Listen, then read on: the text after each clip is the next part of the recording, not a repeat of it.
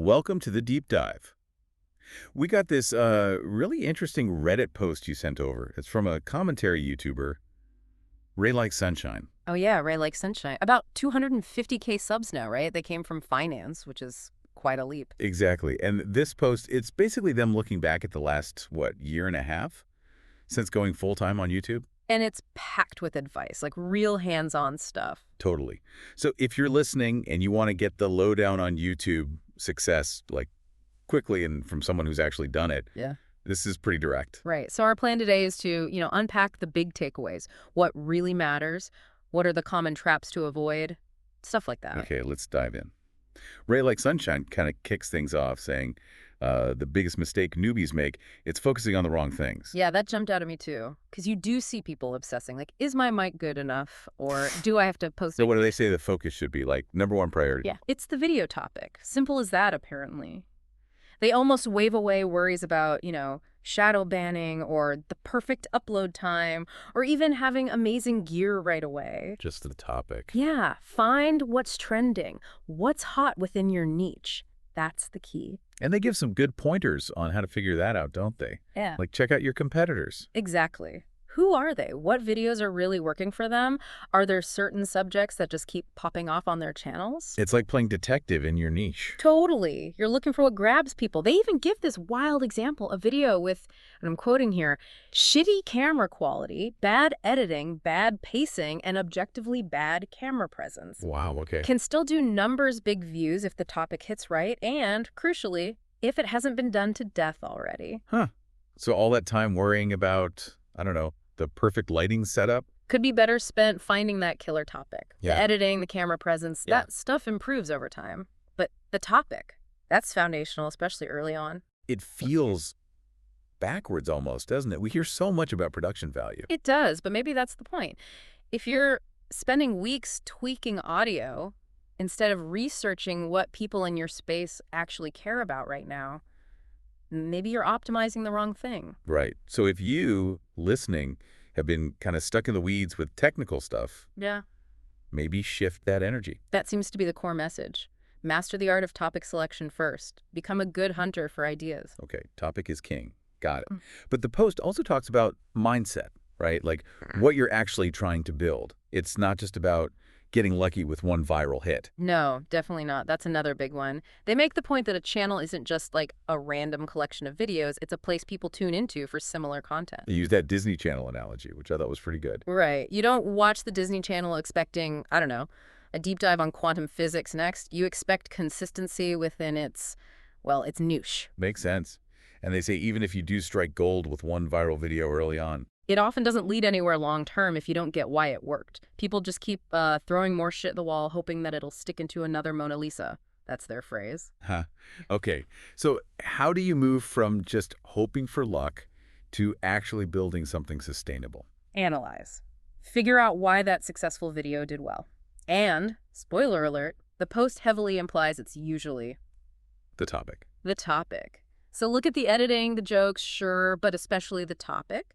Then make more videos like that. And even the ones that flop, they're not failures. Nope, they're data points. They tell you what not to do, what your audience isn't interested in, which is also valuable. So learn from wins, learn from losses, and keep an eye on the competition too. Definitely. What topics are getting more views than average for them? Can you offer a fresh take on those? Are there like long-running themes in your niche you can tap into? They gave their own examples, didn't they, in Yeah. the commentary space? Yeah, they mentioned videos on things like trad wives, millennial cringe, and toxic boy moms were consistently performers for them early on. That helped build their initial audience base. It really shows how finding those recurring themes in your specific content area, your niche, is super important. Okay, which brings us to luck. Right. Because it's tempting, right, to just say, oh, they got lucky. It is tempting. And they admit luck plays a part, timing mostly, when a video finds its audience. So it's not the main thing. Not according to this post. They actually say the YouTube algorithm is probably the closest thing to a meritocracy we have if you give it clean data. Clean data meaning good videos. Good videos, yeah. Videos that people actually watch and engage with. The algorithm's just the system deciding what to show people based on how viewers react. I like that idea of meritocracy. Mhm. And they make a sharp point about calling others lucky. It just kind of lets you off the hook, right? Totally. If it's just luck, why bother improving? It's a bit of a destructive mindset, actually. So instead of relying on luck, You need to focus on adding value. What can you bring to your niche that isn't already there? They echo that old saying, the harder you work, the luckier you get. But you still need to be ready to grab the opportunity when it shows up. okay, topic focus, channel building, rethinking luck. What's next? Ah, systems. Thinking in systems, not just videos. Yes, this was a really interesting part. It's about getting away from that cycle of pouring everything into one video. And then crashing if it doesn't immediately blow up. Exactly. That leads to burnout, giving up. Instead, they suggest acting more like a machine that churns out videos. It doesn't sound very creative, a machine. Well, the idea isn't about being robotic. It's about consistency and process. The goal is to get a little bit better with every video, even just 1%. Ah, the compound effect. Small improvements add up. Precisely. Over time, those tiny improvements make a huge difference in quality. And that system includes constantly thinking about the audience, finding the next topic. And analyzing the videos that don't work. Yes, figuring out why they underperformed, which, again, often circles back to. The topic. I'm sensing a theme here. There's definitely a theme. And part of this system is identifying your own pain points.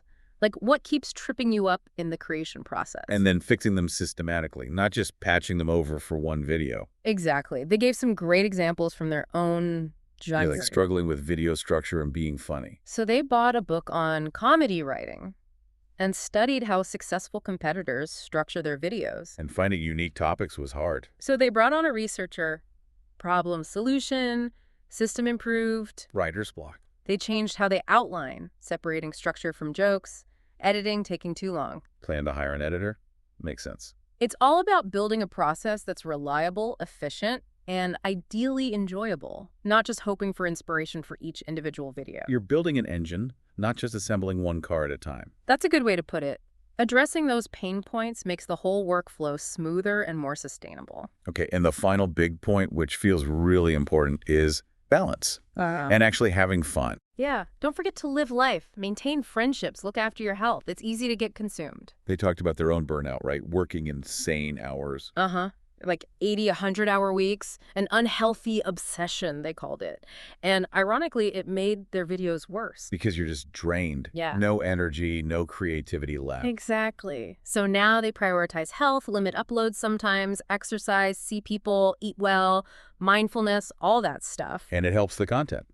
They say it makes the process easier and the videos come across as more confident. It's that marathon, not a sprint idea. Burnout helps no one. So true. You got to protect your own well-being to sustain anything long-term, creative or otherwise. Absolutely. And, they wrap up by saying there's no magic formula. It's all about learning, tweaking, adapting as you go, finding what works for you. Okay, great stuff. So let's try and wrap this up for everyone listening. The big takeaways from Ray Like Sunshine's experience seem to be, number one, nail your topic, study your niche, see what's working. That's paramount early on. Right. And think channel, not just viral video.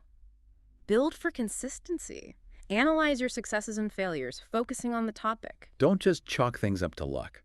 Focus on adding value and getting consistently better, even by small amounts. Create systems to make your process smoother and tackle those pain points head on. And crucially, look after yourself. Don't burn out. Have a life outside of YouTube. It actually helps your content in the long run. By understanding these points, hopefully you can avoid some common frustrations and focus your energy more effectively. Exactly. Learn from someone who's been through those early stages. And maybe a final thought to leave you with. Think about your own projects, creative or otherwise. Are there systems you could build? Could you apply that 1% better approach? What are your pain points and how could you address them systematically? Yeah, and what truly resonates with your audience, even if that's just you right now, it's a useful mindset. And if you want to dig deeper, maybe check out that comedy writing book they mentioned, How to Write Funny, or look into Atomic Habits for more on systems. Plus, the comments on that original Reddit post are probably full of more discussion. Lots to chew on there. Definitely worth considering.